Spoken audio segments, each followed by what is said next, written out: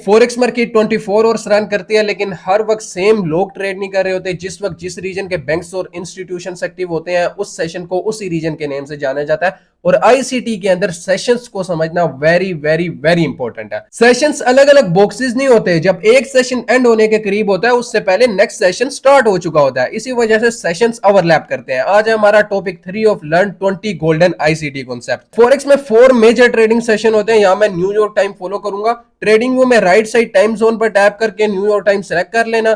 तुम इसे पाकिस्तानी और इंडियन टाइम पर भी कन्वर्ट कर सकते हो। जो डेली कैंडल की ओपनिंग होती है वो होती है सिडनी सेशन से। न्यूयॉर्क टाइम के अकॉर्डिंग अराउंड 4 PM से स्टार्ट होता है और 1 AM तक चलता है। इसे सिडनी सेशन इसलिए कहते हैं क्योंकि सबसे पहले ऑस्ट्रेलिया की मार्केट ओपन होती है। सिडनी ऑस्ट्रेलिया का मेजर फाइनेंशियल हब है, इसलिए ग्लोबल ट्रेडिंग साइकिल यहीं से स्टार्ट होते हैं। इस टाइम वॉल्यूम लो होता है और ज्यादा न्यूज इवेंट्स भी नहीं होते। एयूडी और एनजेडी पेयर्स इस सेशन में रिलेटिवली बेटर परफॉर्म करते हैं। 1 AM पर सिडनी सेशन खत्म होने से पहले तकरीबन 8 PM पर टोक्यो सेशन स्टार्ट हो चुका होता है और ये चलता है 4 AM तक। इस टाइम जापान, हांगकांग, सिंगापुर जैसे एशियन फाइनेंशियल सेंटर्स एक्टिव होते हैं। टोक्यो एशिया का सबसे स्ट्रॉन्ग फॉरेक्स हब माना जाता है, इसलिए इसे टोक्यो सेशन कहा जाता है। यह सेशन लिक्विडिटी बिल्ड करता है। एशिया का हाई और लो बहुत इंपॉर्टेंट होता है क्योंकि न्यूयॉर्क और लंदन अक्सर इसी को टारगेट करते हैं और इस सेशन में मार्केट अक्सर रेंज में रहती है। 3 AM पर लंदन सेशन स्टार्ट हो चुका होता है जो चलता है 12 PM तक। इसे लंदन सेशन इसलिए कहते हैं क्योंकि लंदन दुनिया का सबसे बड़ा फॉरेक्स ट्रेडिंग हब है। ग्लोबल फॉरेक्स वॉल्यूम का सिग्निफिकेंट हिस्सा लंदन से आता है। लंदन मोस्टली डेली हाई या डेली लो बनाता है और एशिया की लिक्विडिटी स्वीप करता है। यूरो यूएसडी और जीबीपी यूएसडी इस सेशन में स्ट्रॉन्ग मूवमेंट देते हैं। 12 PM पर लंदन सेशन खत्म होने से पहले 8 AM पर न्यूयॉर्क सेशन स्टार्ट हो चुका होता है और ये चलता है फिर 5 PM तक। इसे न्यूयॉर्क सेशन इसलिए कहते हैं क्योंकि यूएस डॉलर दुनिया की रिजर्व करेंसी है और न्यूयॉर्क यूएस का फाइनेंशियल कैपिटल है। सबसे पावरफुल ओवरलैप लंदन और न्यूयॉर्क का होता है। जब दोनों सेशन एक साथ एक्टिव होते हैं तब मार्केट सबसे ज्यादा एग्रेसिव और हाई वॉल्यूम मूव्स देती है। सेशंस को सिर्फ टाइमिंग के तौर पर ना देखो भाई, समझो कि कौन से टाइम पर कौन से सेशंस की ओवरलैपिंग चल रही है और अगर एक जोन में लिक्विडिटी पड़ी है तो कौन से सेशन में मार्केट उस लिक्विडिटी को कलेक्ट करने के लिए जा सकती है। अगर 20 गोल्डन आईसीटी टॉपिक्स लर्न करना चाहते हो तो मुझे फॉलो कर लेना।